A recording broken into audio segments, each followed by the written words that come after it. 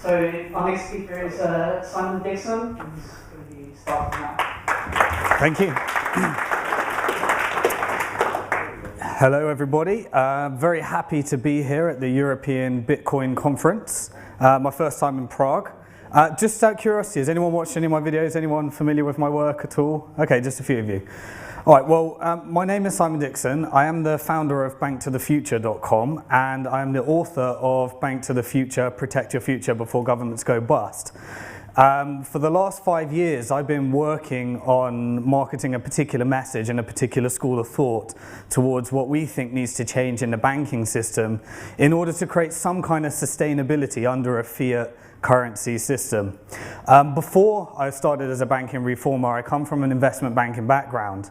I started in the city as a stockbroker. I worked as a trader, as a market maker for an investment bank in the London Stock Exchange, and then worked as an investment banker before setting up a business which was centered around the next generation of investment bankers. We own the world's leading training company for students and graduates seeking careers in investment banking. We've had 10,000 people through our training programs, and we've had about 100,000 people. We've got a database of 100,000 people, all of the future investment bankers, fund managers, or students and graduates that have ambitions on having an impact in the banking system at some point. A couple of years ago, we started working on Bank to the Future, and our goal was to create an alternative non-bank social network financial institution, which we're due to launch in March 2012. And so for me to have the opportunity to speak with you guys, I'd like to share with you about what I think needs to happen in order to create some kind of disruption in the banking system. So just to frame my talk, I'd say the theme of the last 10 or 20 years has really been centered around rapid, fast disruption. If you look at disruption before the Industrial Revolution, leading up to the Industrial Revolution, the time frame between a new innovation and some main mass adoption was around about 25 years, then 20 years when we see the TV, steam train, and then it was 15 years, and then it came down to 5 years. And now we see someone like Mark Zuckerberg create Facebook, and immediately, within a tiny period of time, we're really, 5 years, and a few years later he's got 800 million users adopting such a, and that's all due to technological innovation. So we've seen the traditional media industry all be disrupted with social media. We've seen the music industry completely disrupted through iTunes. We've seen the traditional advertising industry completely disrupted through Google and the others. We've seen the book industry disrupted by buying books online, and then the buying books online disrupted by the Kindle and iBooks and various other innovations out there.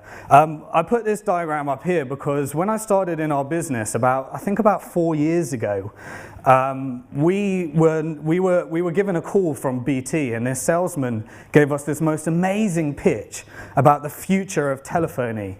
And that it could all be done through the internet, and there was this amazing way of saving money on your calls. And we really got sucked into this pitch. And a few meetings later, we spent about £8,000 with British Telecom. And we got this system where we were all operating off Macs, and our office was fully Mac'd.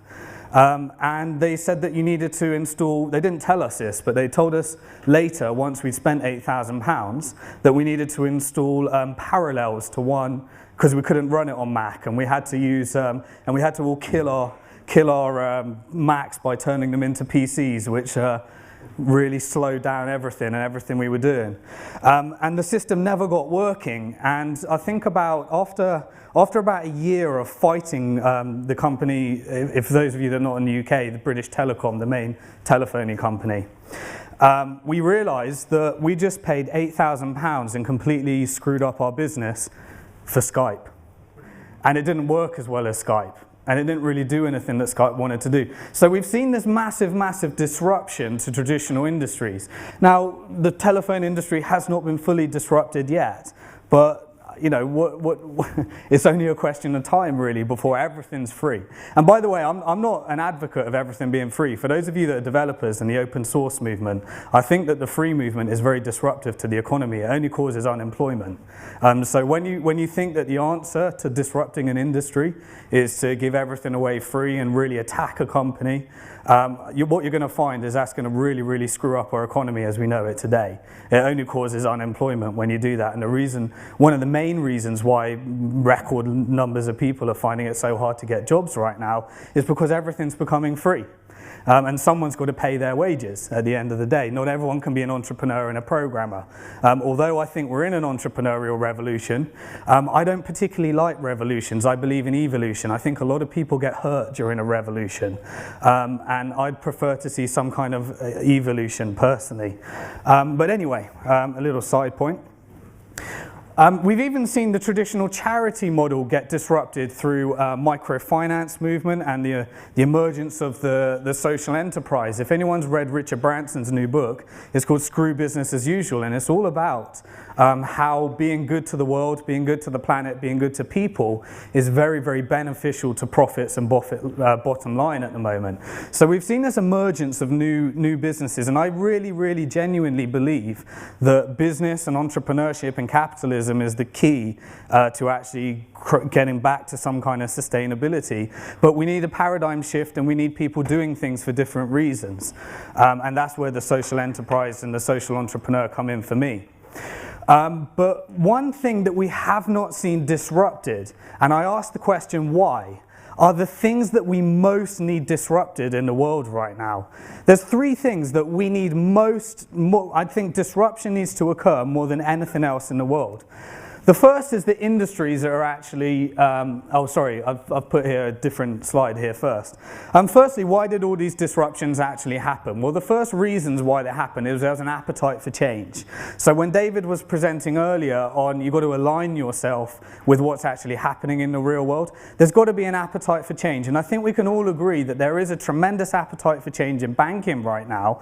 The challenge is that people are happy to slag off the banks, they're happy to go nuts at the banks, they're happy to sit outside Wall Street, but at the end of the day they still need to make their payments and they still trust banks even though they completely distrust banks because they're not moving their money. The other thing that you need after an appetite for change is you need a better way of actually doing things. That's where the entrepreneurs come in. That's why I love capitalism. That's where the whole social enterprise model comes in, because somebody has got to be motivated to innovate some kind of change and find a better way of doing things. And I believe that there's no better model for running an economy or a world than capitalism, for incentivizing people to find better ways of doing things. And that's why we've had all that disruption.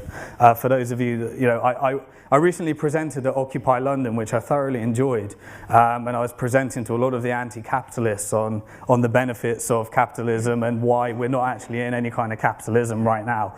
It was an interesting experience. The video's on YouTube, and in 4 days it had about 5,000 views, which to me is just incredible that you can just get a message out there. 800,000 views on a Bitcoin. We live in a time like no other. Today, while we're having massive disruption, there's some really horrible things happening in the world, but in parallel, we're having the most interesting free time in history, where if you have an internet connection, a laptop, and a smartphone, more is possible than ever. What I feel sorry for is those people that don't have the internet connection, that don't have the smartphone and don't have the laptop. And us as entrepreneurs, as innovators, I think it's up to us to innovate things, which is why I'm against the whole free movement of making everything free, because we need to employ those people that aren't entrepreneurs and innovators to create some kind of sustainability. So anyway, once we have an appetite for change and a better way of doing things, you also need a team of believers, and that's what I believe this conference is about. A team of people getting together that believe in it, that have all different skill sets to get it out there in the world. And you also need a route to market, because if we're all sat around here in a Bitcoin conference discussing it, it does not make a difference at all unless you can communicate it in a way where other people can understand the benefits of actually using that. And as technology people. We tend to not have the right skill set sometimes. I'm not a technology person myself, but I employ a lot of technology people, and I wouldn't put them anywhere near the marketing department at all. So we need to communicate it in a way. But there's 3 industries or 3 things which have not been disrupted at all. And I asked the question why, and I'd also like to give you a theory of why I think as well. The first is industries that absolutely kill our planet. They seem not to be disrupted at all, despite the fact that entrepreneurs and innovators are creating all the technology that we need in order to do things in a way that doesn't disrupt our planet, that doesn't kill our planet. They still, the industries that are still killing our planet with no sustainability still exist. The second industries that never get disrupted are the industries that kill people. And yet, for some reason, why, what kind of sustainability are we, well, I guess if you could kill people, there'd probably be a lot of sustainability in the world, because we seem to screw a lot of things up, but we also do a lot of good. So industries that kill people have not been disrupted at all, despite the fact that we've had all this technological innovation, in fact, quite the opposite. And the third industry that just seems completely undisruptible is banking. Now, why is that? And I've got a theory of why that actually is, and that's what I've been doing as a banking reformer for the last 5 years, is I've been pitching, I've been working with members of parliament, some not-for-profits that we work with, got the opportunity to put in a submission for the Independent Commission on Banking in the UK, and we've been working very, very strongly to get in a number of different areas. In education, because I own the largest training company for future investment bankers.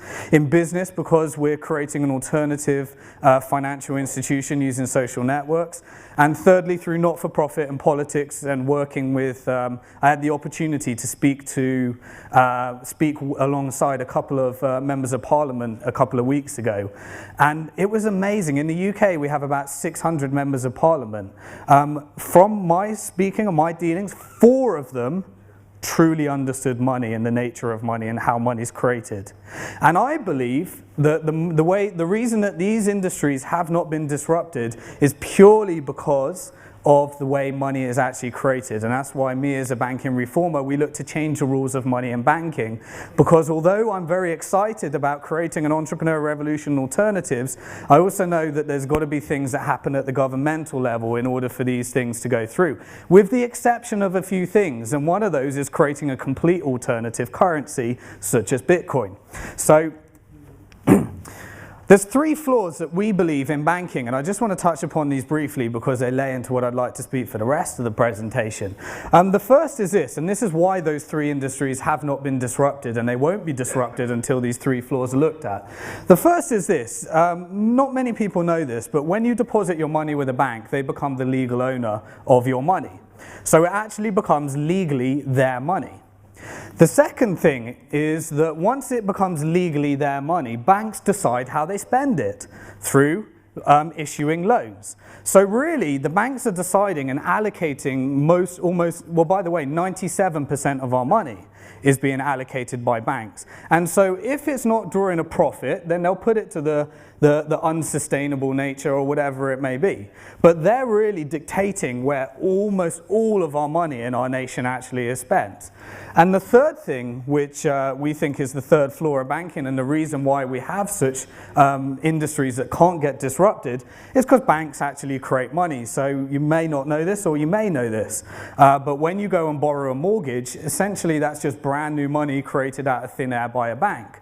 In the UK, we have a system, a legal system, whereby banks can simply create as much money as people will borrow and their appetite to lend to them. So really, there's only 2 things dictating where money goes in our economy. One is if someone's willing to lend, if someone's willing to borrow and they have the credit rating which meets the criteria of a bank. And secondly, whether they can find people to borrow that money, which is why we believe that we're in this unsustainable industry. In the UK, we're particularly bad because our legislation is particularly bad. In America, it's less, but we've got 97% of all our nation's money supply is created through a bank as credit, which actually means that every single penny, with the exception of some coins and cash, in our economy is associated with debt. Which is why we have to continually, all policies in the government is about increasing debt, getting government, increase debt, increase debt, increase debt, the solution to the financial crisis. Anyone ever try to get out of debt by taking on more debt? But that seems to be our solution, and our policies are all dictated around that. That's simply because money is debt, and that's the way our economies are structured. So we have some reforms, and what we pitched to the Independent Commission on Banking to how you can transition from this unsustainable nature, where those three industries will never be disrupted, to some kind of sustainability.